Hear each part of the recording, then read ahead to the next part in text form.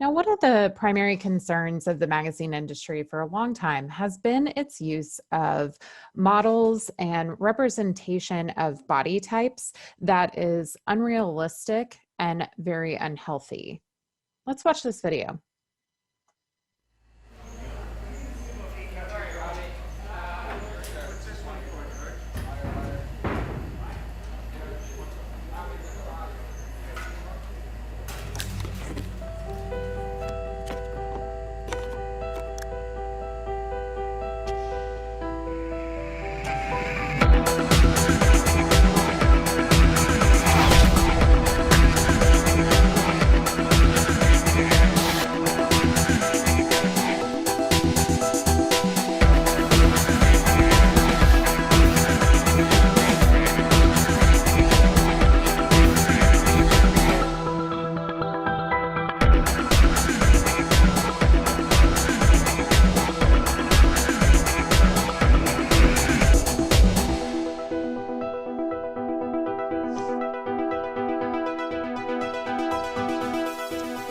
Now, as that video shows, the magazine industry has been particularly responsible or culpable in the use of unhealthy body images. The industry has really come under fire in recent years for using models that were not healthy, that promoted a very unrealistic and not really ideal body type for both men and women.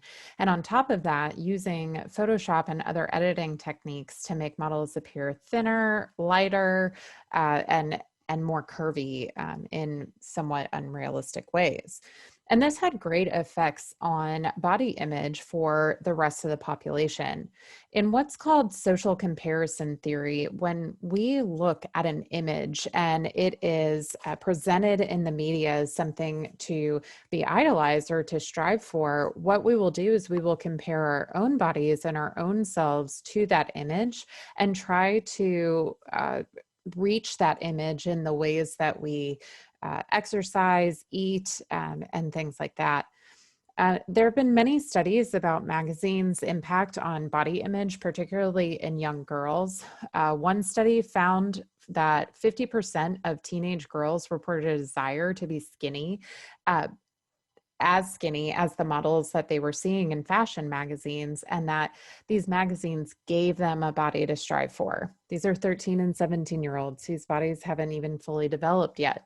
In a survey of over 500 adolescent girls, 69% acknowledged that images in magazines had influenced their conception about their ideal body weight, and more than 47% reported they wanted to lose weight after seeing these images.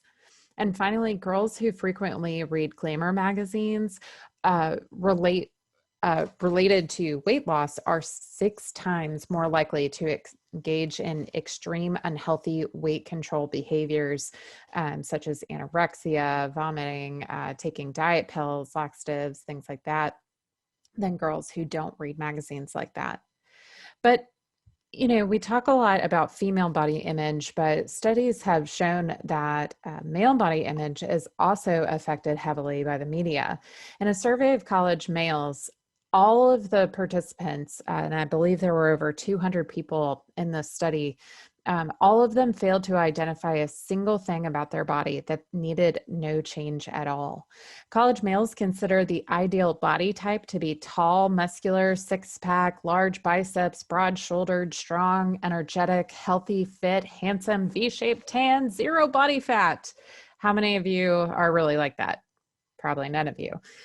So it's this mesomorph idea that you just want to be this bulky G.I. Joe type figure. And this tends to affect minority males more, particularly Black males and those within the LGBTQ plus community. And it's really no wonder why, when men's health magazines that are promoted to being healthy, to staying fit, promote that mesomorph body type on their covers, even for minorities and even in Asian populations that have a very difficult time reaching that mesomorph body level. you can see that they are even trying to get some of those models to portray that in the ways that they flex and things like that. So body image affects males and females. So this is where it's important for us to use the critical process of media evaluation to talk about how these images can affect society. The first would be to describe, what are you seeing here? Women that all look pretty much the same, right? You can see the same type of posing, the same types of face structures, that deep low V cuts, a very sexualized image. You may notice that all of these women, while not all white in their ethnicity, are very light toned in these pictures. And that's unfortunately a large problem within the magazine industry. You might also notice the use of words, his 6 secret sex spots, 50 ways to seduce a man, things like that. And so this is promoting an idea that women are just there as sex objects. So how can we analyze these? Well, first we can see the combinations of images and words. We can think about this in terms of race or even body types. In the ways that we interpret this, we could have an unhealthy interpretation of these images and say, wow, these women are so beautiful, I want to be just like them. Or we could interpret them using a critical eye and say, most of these are photoshopped. A lot of these images don't even look like some of the models in their actual lives.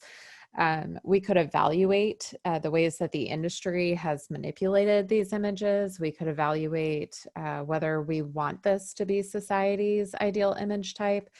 And how can we engage? Well, we can petition editors to actually use healthier standards. We can, promote healthier standards of living in our lives and the lives of maybe your younger siblings. And as you become media writers or even media consumers, ensuring that you're asking for images and representations that are closer to a realistic body type and ideal. In fact, this is one model who was driven to anorexia after modeling in the magazine industry for a long time. Her name is Charlene Joint, and she's leading an effort called #LessIsMore to convince magazines to use less Photoshop within their editing process. So this is one way that she is trying to change an industry that actually hurt her for a very long time. It's not just about body image, though. Magazines tend to portray certain stereotypes about people. You'll notice in a lot of the history lesson that I provided, the magazine images provided were very much about white, middle class, upper class life. And so while we have some groundbreaking moments in time, magazines were particularly driven to popular culture, and they are very whitewashed for the most part.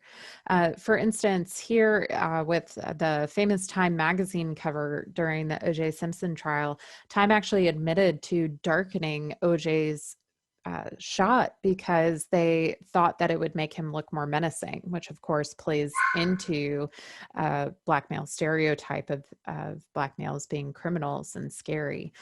So these are also considerations that need to be evaluated and changed within the magazine industry. Another issue is how we portray women of color, particularly within magazines. In a 2015 study, in an analysis of 8 popular magazines from 2011 to 2013, so not all that long ago, this researcher studied over 278 magazine covers and found that in those covers, only 52 women of color were shown, and many of them were using the same women of color, such as Oprah, or Beyonce, things, people like that. And so there was actually very little representation in magazine covers. In fact, out of all the magazine covers reviewed, only 4% showed Black women, only 12% showed Latinas, 2% Asian, and 0 Native American women were featured on the on the cover rather. 90% of the women of color featured were light skinned, meaning that, your Lupitas or darker skin women of color were not being featured regularly. 90% of covers with women of color also had hypersexualized images, which kind of plays into a lot of stereotypes about Black women. And 42% of those cover images with women of color really focused on how exotic they were and making it seem like they were foreign rather than, true American women of color. So these are all things that we need to be thinking about as we think about the magazine industry and how we consume magazines. Whether you realize it or not, you are likely affected by the images that you see at the supermarket checkout, and the things that you take in and read. So that will wrap up this chapter on magazines for us. Make sure you do both discussion posts, including the one on advertising's effect on magazine content. Then make sure you watch the guest lecture with our magazine content producer from Be Him Now. And to prepare for next week's module, make sure you read Chapter 4, Recording and Popular Music. I hope you guys have a great week. As always, if you have any questions, feel free to reach out.